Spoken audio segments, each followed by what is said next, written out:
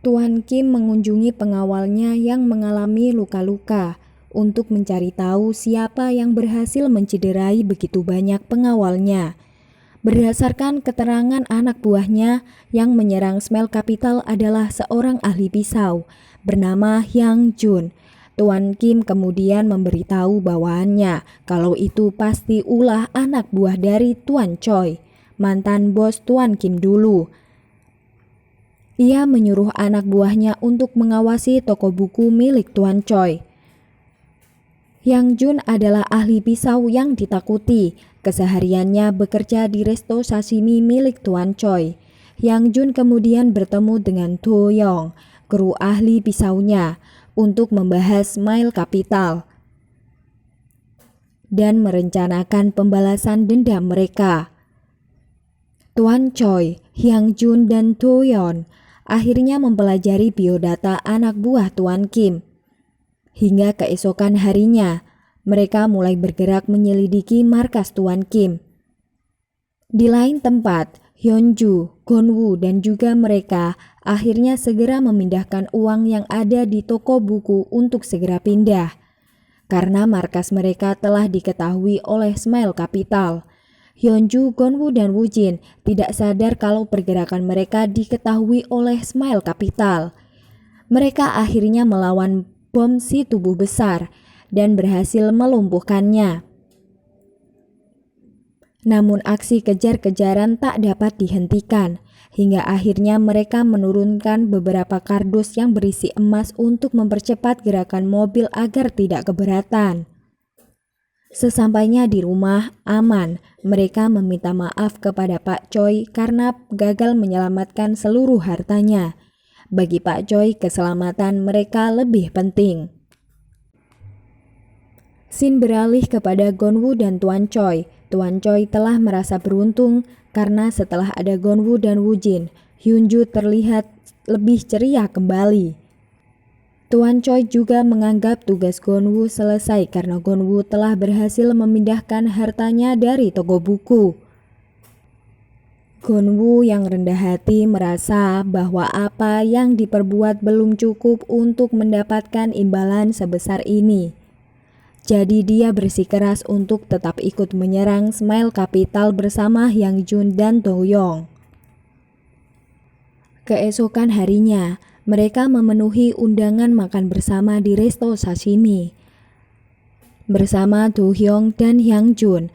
Sebetulnya, Do Yang khawatir jika Gonwoo dan Woojin ikut dalam misi ini karena reputasi mereka sebagai seorang atlet. Akan tetapi, Gonwoo tetap bersikeras untuk tetap akan ikut dalam misi berbahaya ini. Hyang Jun mempengajari mereka berdua untuk menggunakan pisau dalam sekali tebasan. Begitu juga Hyunju mendapatkan motor yang sesuai dengan kebutuhan aksinya. Hyung Jun, Gonwoo, dan Woojin menyelinap melalui pintu belakang rumah sakit, lalu berhasil menculik Jang Do, anak buah Kim saat keluar lift. Sementara itu, Do Hyung dan Hyunju berhasil melumpuhkan Jung Min di parkiran gedung. Mendengar adanya keributan di rumah sakit, Tuan Kim marah. Ia segera meminta untuk mengecek CCTV jalanan, namun tidak diberi izin. Kemudian mengancam petinggi polisi akan menyebarkan video tidak lazim milik Tuan Hong, sahabat polisi tersebut, sehingga saham perusahaan mereka bisa terancam. Tuan Choi kemudian mulai menyusul mereka untuk menginterogasi Jang Do mengenai bisnis Tuan Kim.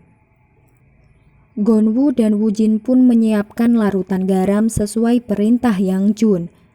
Jang Do beberapa kali bungkam saat diinterogasi, maka Tuan Choi berjanji akan mengirimnya ke luar negeri, karena Tuan Kim pasti akan membunuh Jang Do jika dirinya tidak membutuhkannya lagi. Jang Do akhirnya mau mengungkap jahatnya bisnis Tuan Kim.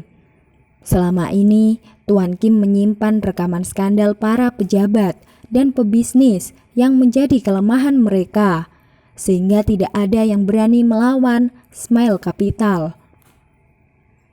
Setelah berhasil mendapatkan video CCTV dari jalanan, Smile Capital berhasil menemukan kediaman Do Yong.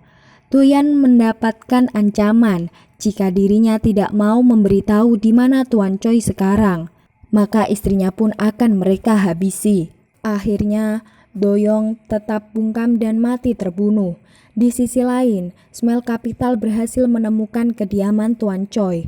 Saat itu hanya Tuan Choi dan Woo Jin, karena Hyunju dan Gonwoo pergi ke panti asuhan. Woo Jin yang melawan Smile Capital sendirian pun akhirnya kalah dan dirinya terluka parah. Sementara Tuan Choi sudah tidak bisa terselamatkan. Singkat cerita, Smile Capital berhasil membawa harta Tuan Choi dan membakar rumah mereka. Hingga Hyunju dan Gonwoo tiba, mereka terkejut karena mendapati rumah terbakar. Hyunju menyelamatkan Tuan Choi yang terbujur kaku, sementara Gonwoo menyelamatkan Woo Jin dan melarikannya ke rumah sakit. Beberapa bulan kemudian, Pak Ho, Gonwoo, dan Woo Jin tinggal di daerah desa terpencil. Gonwoo dan Woo Jin berlatih keras setiap hari karena mereka ingin membalas budi Tuan Choi. Pak Ho mulanya melarang mereka karena jika kembali ke kota, nyawa mereka sudah tidak akan aman lagi. Namun berkat kegigihannya, Pak Ho akhirnya menyetujui rencana mereka dan memberi dana cadangan milik Tuan Choi. Tiba di Korea, mereka berdua akhirnya mendapat informasi dari Jae-myung yang masih bekerja mengambil kartu identitas orang lain. Kali ini target mereka bukan tunawisma, melainkan disabilitas. Jae-myung mengaku bahwa Smile Capital masih berseteru dengan perusahaan Lil milik Tuan Ho.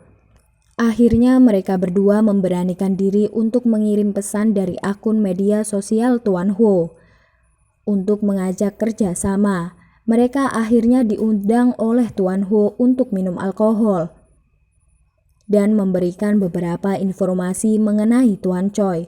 Singkat cerita, mereka sudah saling percaya dan menyusun strategi untuk menyerang Smile Capital dengan mudah karena banyaknya relasi yang dimiliki Tuan Choi. Mereka kini berhasil membakar brankas yang berisi dokumen yang menjadi kelemahan banyak perusahaan. Dengan cara meretasnya, Tuan Choi yang tidak habis akal akhirnya menghubungi seorang polisi untuk mencari tahu hal ini. Gonwoo mendapat sebuah pesan bahwa kini Pak Oh tengah dalam bahaya. Mereka meminta Gonwoo datang ke Incheon untuk menyelamatkan Pak Oh dan melarangnya untuk melapor ke polisi. Gonwoo berangkat bersama Woo Jin, Dangmin, seorang atlet pemanah dan juga Tuan Moon. Mereka kini membagi tugas. Woo Jin dan Gonwoo masuk melalui lobi, sementara Dangmin dan Tuan Moon lewat parkir belakang. Keduanya mengawasi Woo Jin dan Gonwoo dari atas. Boom akhirnya menyuruh mereka untuk menyerang Gonwoo dan Woo Jin. Kekuatan mereka berdua sudah meningkat dan kini mampu menumbangkan beberapa anak buah Smile Capital. Dangmin membantu dengan panahnya yang tepat sasaran. Boom akhirnya mampu dikalahkan oleh Gonwoo dan Woo Jin berhasil mengalahkan ketua gangster. Ketua gangster pun diinterogasi untuk mengetahui di mana keberadaan Tuan Oh. Mereka meminta bantuan kepada polisi untuk menuju ke sebuah budidaya ikan. Namun ternyata oknum polisi yang ternyata bekerja sama dengan Tuan Kim membocorkan rencana tersebut dan meminta untuk Smile Capital mengosongkan tempat budidaya ikan itu. Tiba di budidaya ikan, mereka tidak menemukan apapun dan menganggap bahwa rencana ini bocor. Keesokan harinya, polisi kepercayaan Tuan Choi kembali untuk mengingatkan Gonwoo dan Woo Jin agar tidak macam-macam. Mereka disuruh untuk menemui Choi jika ingin menyelamatkan Pak Oh.